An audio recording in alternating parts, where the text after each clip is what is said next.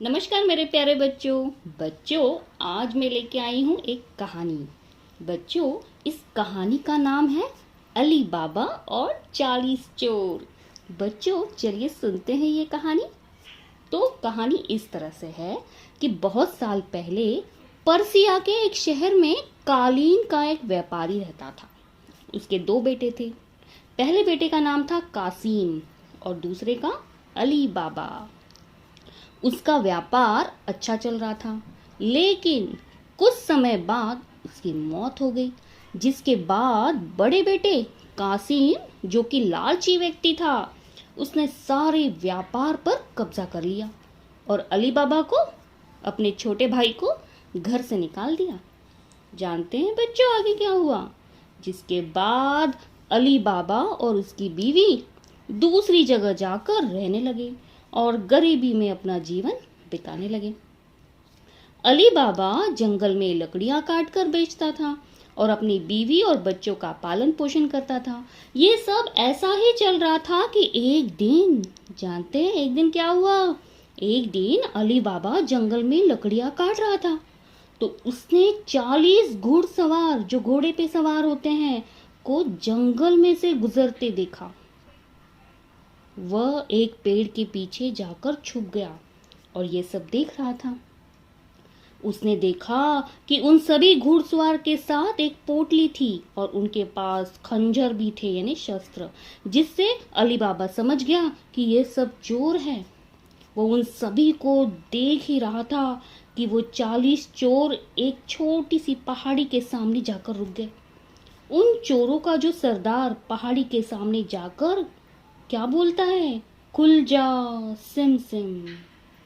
जिसके बाद पहाड़ी में से एक खुफिया दरवाजा खुल गया और सारे चोर अंदर चले गए और वह दरवाजा बंद हो गया। ये सब देखकर अली बाबा बहुत हैरान हो गया। वो उस पहाड़ को ऐसे ही कुछ समय देखता रह गया कि वो खुफिया दरवाजा फिर खुला। उसमें से 40 चोर निकले और चले गए, जिसके बाद दरवाजा फिर बंद हो गया। अली बाबा को बहुत जानने की इच्छा हुई कि आखिर उस दरवाजे के अंदर क्या है। वह ये जानने के लिए उस पहाड़ के पास गया और जो चोरों के सरदार ने शब्द बोले थे वही बोलने लगा, जैसे कि खुल जा सिम सिम। उसके ये बोलने के बाद दरवाजा फिर खुल गया और अली बाबा गुफा के अंदर चला गया। तो क्या देखा जानते हैं बच्चों अली बाबा ने? गुफा के अंदर अली बाबा ने जाकर देखा कि गुफा में बहुत सा सोना, चांदी, हीरे, जवाहरात और सोने के सिक्के थे। वो ये सब देखकर बहुत खुश हो गया। उसको समझ आ गया था कि सभी चोर अपनी चोरी और लूट का माल उस पहाड़ी की गुफा में छुपाते हैं। उसने कुछ सोने के सिक्के एक पोटली में भरे और उस गुफा से चला आया। उसने सारी बात जाकर अपनी बीवी को बताई और वो सिक्के भी दिखाए, जिससे उसकी बीवी बहुत खुश हो गई। अली बाबा ने अपनी बीवी को सोने के सिक्के गिनने के लिए अपने बड़े भाई कासिम के घर जाकर तराजू लाने के लिए कहा और बोला कि किसी को इस बारे में न बताए। यहाँ पर अली बाबा की बीवी तब कासिम के घर गई और उसकी बीवी ने तराजू अनाज तोलने के लिए मांगा है, ऐसे करके कहा। कासिम की बीवी बड़ी चालाक थी। उसको शक हुआ कि इन गरीबों के पास इतना अनाज कहाँ से आया। तब उसने तराजू के नीचे थोड़ा सा गोंद लगाकर उसको दे दिया। रात को अली बाबा और उसकी बीवी ने सोने के सिक्के तौले और सुबह वह तराजू कासिम की बीवी को लौटा दिया। अब यहाँ पर कासिम की बीवी ने जब तराजू उल्टा करके देखा तो उसको एक सोने का सिक्का उसमें चिपका हुआ मिला। उसने ये बात अपने पति को जाकर बता दी।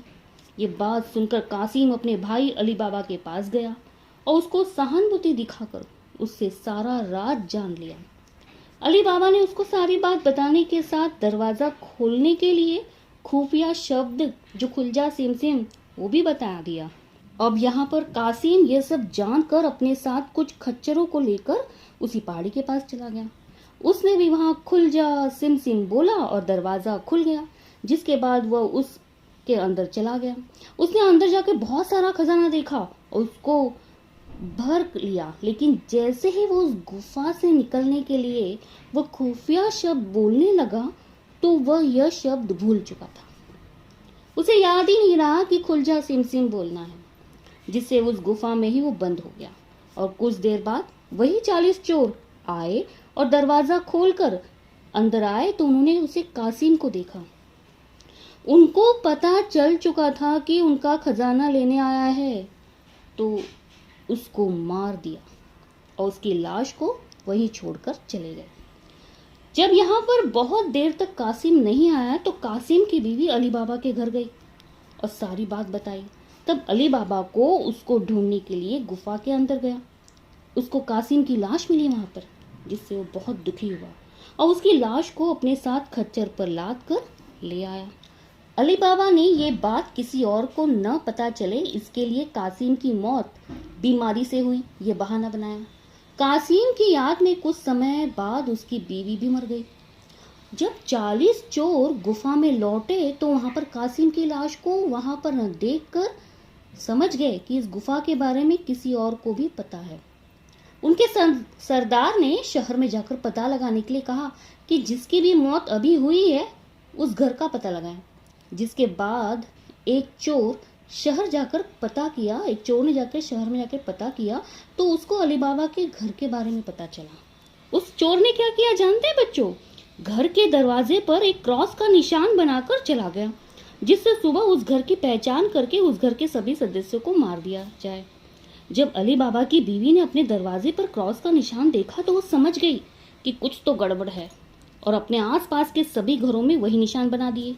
जिसके बाद सुबह जब सरदार बाकी चोरों के साथ आया तो बहुत से घर में वह निशान देखकर परेशान हो गया कि मैंने कौन से घर पे क्रॉस लगाया था। वो समझ नहीं पाया और वो चला गया। वो चोर बाद में फिर आया और अब की बार उस घर को सही से पहचान करके चला गया। वो रात को एक तेल का व्यापारी बना और उसने 40 पीपों में अपने सभी चोरों को छुपा दिया और एक पीपे तेल का खच्चर पर लेकर अली बाबा के घर चला गया। उसने अली बाबा को खुद को तेल का व्यापारी बताकर रात में रुकने की जगह मांगी और तेल का भरा हुआ एक पीपा भी दिखाया। अली बाबा ने रात को रुकने की बात तो मान ली, उसको खाना भी खिलाया, लेकिन अली बाबा की बीवी को उस पर शक हुआ तो उसने उसके पीपे को चेक किया और उसको थोड़ा ठकठका कर देखा तो उन सभी में से चोरों की आवाज आई। तभी अली बाबा की बीवी ने तेल का भरा हुआ पीपे में से तेल लिया और उसको अच्छे से गर्म करके उन सभी चोर वाले पीपों में डाल दिया, जिससे उन सभी चोरों की मौत हो गई।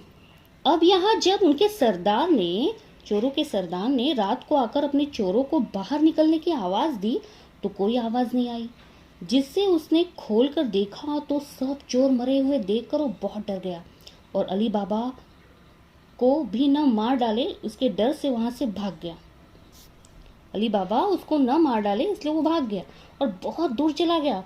सुबह अली बाबा की बीवी ने सारी बात अली बाबा को बताई।